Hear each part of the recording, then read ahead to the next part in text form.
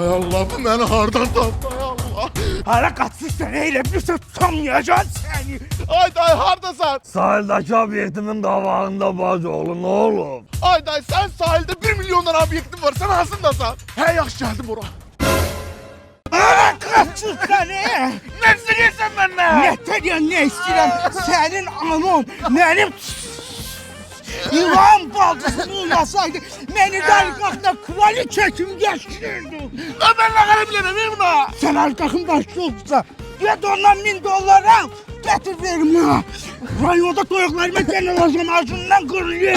Bırak şu gedim de bırak. Dur akşam düşür. Dur tek. Git kalan. Ay dayı.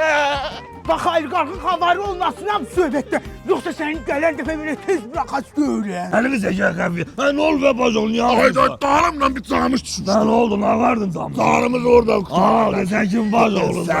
Ma bakayım. Ma niye testeresi zengiletti burada sakladın neyse. Ma biraz pul ver lan. Ne var sana pulu? En boş harcam. Ma bakayım dünenden kutkamın cebinden $1,000,000 pul götürdün onunla kardın. Aynen on başım bırak, on yolda salif bitirmiş. Ha bak sana bitirdiğine göre 23 dakika cezalısın. Sana 23 dakika pul vermeyeceğim.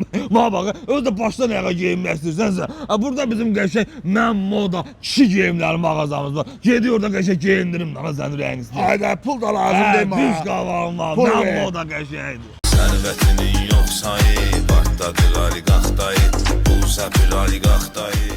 Ha bacıoğlu bak bu men moda benim kişi mağazalar arasında en beğendiğimdir. Burada elə kurtkalar satırlar ki inan Allah'a adam ağırlık almak istəyir. Hələ mən özüm bilirsən də kurtka xəstəsiyəm. Bak burada elə sweaterlər, elə koftalar satırlar ki adamın əyninə bir oturmağa oturur. İnan Allah'a valih olursan da şalvarlar satırlar. İnan Allah'a cinslər satırlar. Əyninə geyinəndə belə özünü başqa cür istəyirsən. Hələ burada bir ayaqqabılar, bir krasovkalar satırlar ki da onlardan heç danışmağa dəyməz. İnan Allah'a yəni adamı valih eləyir. Hə sənlə də elə mənə baxsana. He dayı dayı, cem gelim Gel gelmem. seni gözlerim tezdir.